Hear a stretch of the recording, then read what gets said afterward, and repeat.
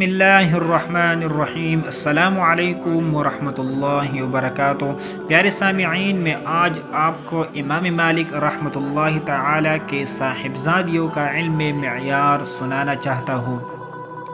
امام شافعی رحمۃ اللہ علیہ فرماتے ہیں کہ میں ایک مرتبہ مینا کے بازار میں تھا۔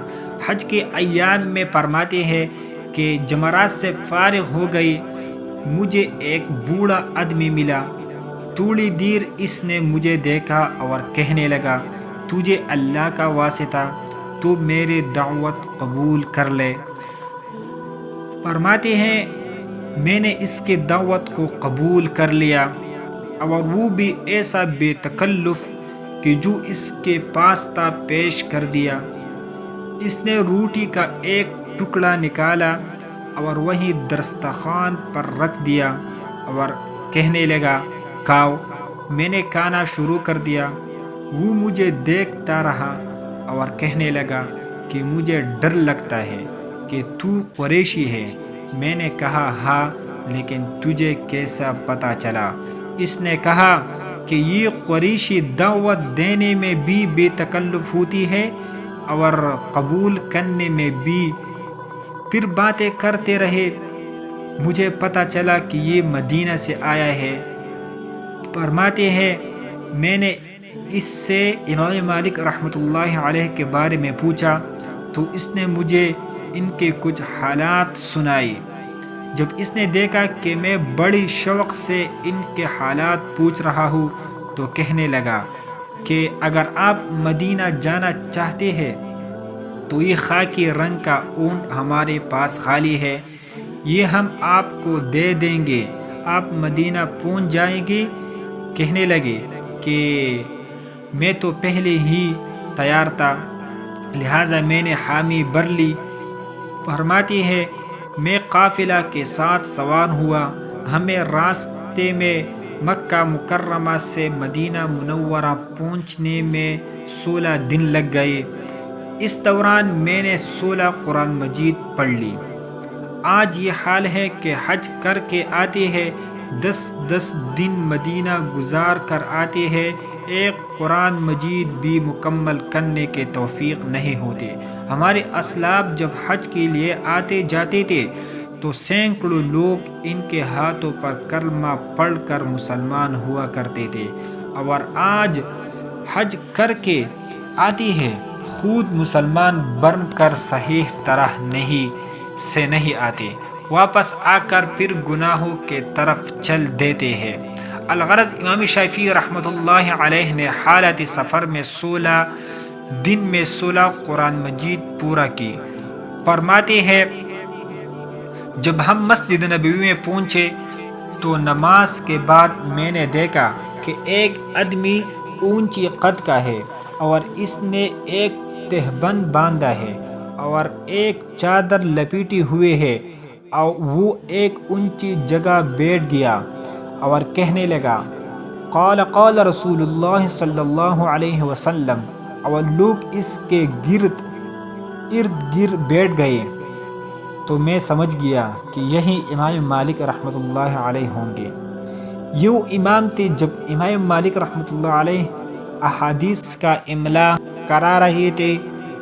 موطا امام مالک کی جو احادیث ہے ان کو لکھوا رہے تھے، میں نے ایک تن کا اٹھا لیا اور دل میں یہ سوچا کہ یہ میرا قلم ہے، اور ہاتھ سامنے کر لیا اور سوچا کہ یہ میری کاپی ہے، اور میں نے اپنی زبان سے اس تنکے کو لگایا کہ جیسے میں اس کو سیاہی لگا رہا ہوں، اور ہتھیلی پر لکھنا شروع کر دیا۔ اب سارے طلباء کاغذوں پر لکھ رہے ہیں، چنانچہ میں نے بھی ان سے املا کی نسبت حاصل کرنے کے لیے ہتھیلی پر لکھنا شروع کر دیا۔ کہنے لگے اس دوران امام مالک رحمۃ اللہ علیہ نے میرے طرف دیکھا، انہوں نے اس محفل میں 127 احادیث لکھوائی۔ جب اگلی نماز کا وقت ہو گیا تو محفل برخاست ہو گئی۔ امام شافعی رحمۃ اللہ علیہ فرماتے ہیں کہ امام مالک رحمۃ اللہ تعالی نے مجھے دیکھا تو اپنی طرف بلایا اور مجھ سے کہا، کہ تو اجنبی معلوم ہوتا ہے۔ میں نے کہا جی ہاں، میں مکہ مکرمہ سے آیا ہوں۔ کہنے لگے کہ تو ہتھیلے پر کیا کر رہا تھا؟ میں نے کہا میں احادیث لکھ رہا تھا۔ کہنے لگے کہ دکھاؤ۔ میں نے جو دکھایا تو ہتھیلی پر کچھ لکھا ہوا ہی نہیں تھا۔ انہوں نے کہا یہاں تو کچھ نہیں لکھا۔ میں نے کہا کہ حضرت، نہ میرے پاس قلم تھا نہ کاغذ، میں تو آپ جو املا لکھوا رہے تھے اس کی نسبت حاصل کرنے کے لیے ایک تنکے سے بیٹھا ہوا ہتھیلی پر لکھ رہا تھا۔ اس پر امام مالک رحمۃ اللہ علیہ ناراض ہوئے کہ یہ تو احادیث پاک کے ادب کے خلاف ہے کہ تم نے اس طرح سے لکھا۔ میں نے کہا کہ حضرت، میں تو ظاہری مناسبت کے لیے ہاتھ پر تنکا چلا رہا تھا، حقیقت میں تو حدیث پاک دل میں لکھ رہا تھا۔ کہنے لگے کہ امام مالک رحمۃ اللہ علیہ نے فرمایا کہ اچھا، اگر تو دل میں لکھ رہا تھا تو مجھے چند روایتیں اس میں سے سنا دے تو میں تجھے جانوں۔ فرمانے لگے میں نے ان کو 1 سے لے کر 127 حدیث متن اور سند کے ساتھ سنا دی۔ یہ علم 127 احادیث جس ترتیب سے لکھوائی تھی، تمام اسے ترتیب پر ان کو سنا دی۔ فرماتے ہیں کہ امام مالک رحمۃ اللہ تعالی بڑے خوش ہوئے۔ کہنے لگے اچھا اے نوجوان، تو میرا مہمان بن جا۔ اندھی کو کیا چاہیے؟ 2 آنکھیں۔ میں تو پہلے ہی سے تیار تھا۔ کہنے لگا کہ حضرت میں تیار ہوں۔ امام مالک رحمۃ اللہ تعالی گھر تشریف لے گئے۔ امام مالک رحمۃ اللہ تعالی کے گھر میں ان کے بیٹیاں تھے، وہ عالمات، حدیث کے حافظہ تھے، قرآن مجید کے حافظہ تھے، بہت متقیہ پاک صاف زندگی گزارنے والی عورتیں، حتیٰ کہ کتابوں میں لکھا ہے کہ اتنا علم رکھتے تھے کہ امام مالک رحمۃ اللہ تعالی کئی مرتبہ حدیث کا درس مسجد نبوی میں دیتے۔ وہ پردے کے پیچھے بیٹھ کر حدیث کے درس میں شریک ہوتے، اور ان کا علم معیار اتنا اونچا تھا کہ کئی مرتبہ ان کا شاگرد جب کسی حدیث پاک کی تلاوت کرتا اور عبارت میں کہیں غلطی کرتا تو ان کے بیٹیاں لکڑی کے اوپر لکڑی مار کر آواز کرتی، جس سے امام مالک رحمۃ اللہ تعالی سمجھ جاتے کہ پڑھنے والے نے غلطی کی ہے۔ آپ نے جا کر گھر میں بتایا کہ آج ایک عالم آ رہا ہے اور وہ بڑے دانا ہے اور بڑا علم کا شوق ہے۔ وہ تو بہرحال امام شافعی رحمۃ اللہ تعالی تھے۔ انہوں نے گھر میں کھانے کا بڑا اہتمام کیا، بستر لگایا، مصلی بچھایا، لوٹا پانی کا بر رکھا۔ امام شافعی رحمۃ اللہ تعالی نے کھانا کھایا، لیٹ گئے۔ صبح کو امام مالک رحمۃ اللہ علیہ کے ساتھ مسجد میں آ گئے۔ جب عشاء کی نماز پڑھ کر واپس گھر گئے تو امام مالک رحمۃ اللہ تعالی نے فرمایا امام شافعی رحمۃ اللہ تعالی سے کہ میرے بیٹیوں کو آپ پر ایک اعتراض واقع ہوا ہے، اور میں آپ سے پوچھتا ہوں کہ یہ سچے لوگ تھے، کری لوگ تھے، صاف بات کرتے تھے؟ فرمایا کہ بچیاں کہہ رہے ہیں کہ ابو، آپ نے تو کہا تھا کہ یہ بڑے نیک اور اچھے انسان ہے، لیکن ہمیں اس پر اشکال واقع ہوا ہے۔ پہلا اعتراض یہ ہے کہ جتنا کھایا ہم نے پکا کر بھیجا تھا وہ تو کئی آدمیوں کے لیے کافی تھا، ماشاءاللہ یہ اکیلے مہمان سبحان اللہ بالکل صاف ہو کر برتن واپس آئے کہ ہمیں دھونے کی بھی ضرورت پیش نہ آئی۔ آج دنیا کہتی ہے کہ بچوں کو عالم بناؤ گے تو یہ روٹی کہاں سے کھائے گے؟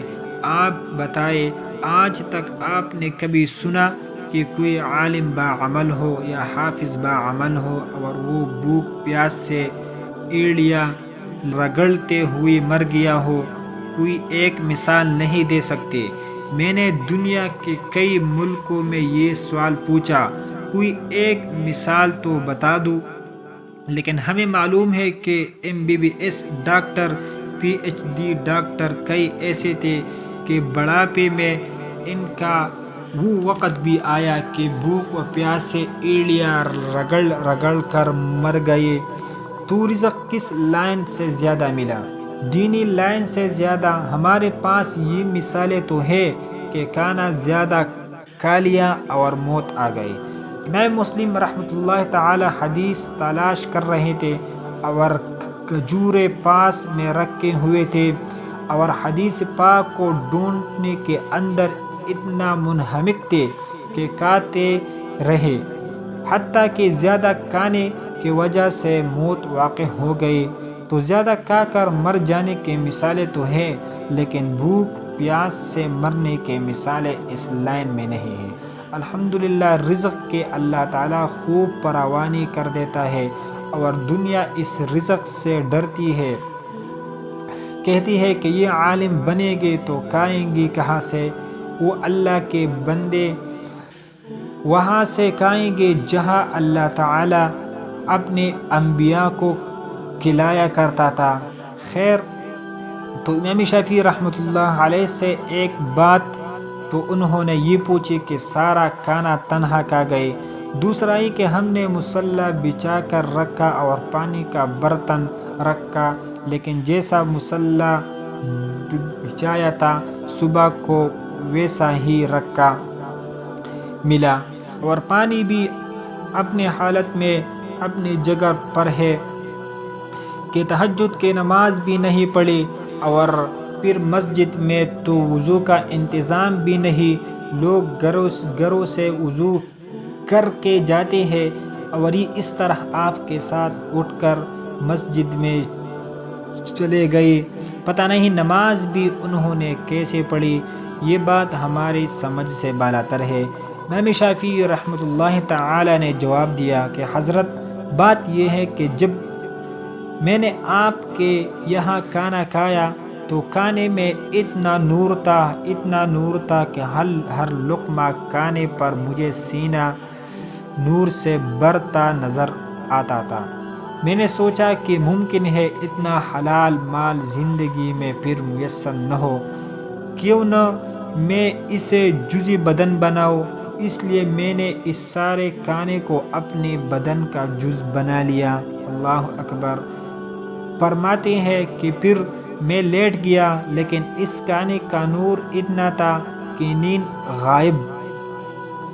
تو میں احادیث میں غور کرتا رہا، فرمانے لگے کہ ایک حدیث میرے پیش نظر رہی کہ نبی علیہ السلام نے چھوٹی بچے کو جس کا پرندہ مر گیا تھا پیار محبت سے کہا تھا، یا ابا عمیر ما فعل النعیر۔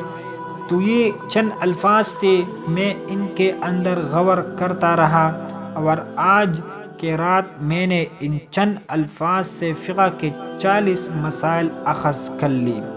اتنی سے عبارت یا ابا عمیر کی کنیت کیسے ہونی چاہیے، بچوں سے انداز تخاطب کیسا ہونا چاہیے، کسی کی دل کی ملاطفت کے لیے کیسے بات کرنی چاہیے، یا ابا عمیر ما فعل النعیر، صرف اس میں غور کر کے میں نے 40 فقہ کے مسائل اخذ کر لی۔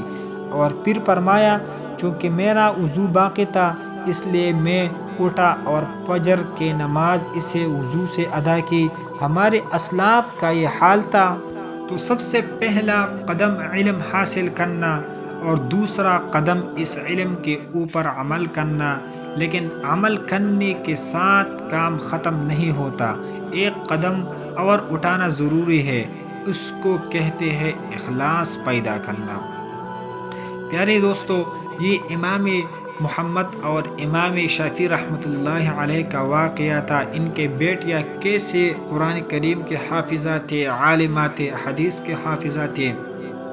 اللہ سبحانہ و تعالی ہم کو بھی علم نصیب کرے اور علم پر عمل نصیب کرے، اور علم اور عمل اللہ سبحانہ و تعالی ہمیں اخلاص کے ساتھ نصیب کرے، آمین، جزاک اللہ۔ دوستو میں آپ سے ایک ریکویسٹ کرتا ہوں، اگر آپ نے ابھی تک ہمارا چینل اسلامک وائس کو سبسکرائب نہیں کیا تو پلیز ہمارا چینل اسلامک وائس کو سبسکرائب کریں اور بیل آئکن پر دبائیں تاکہ ہمارا ہر ویڈیو آپ کے ساتھ بروقت شریک ہو۔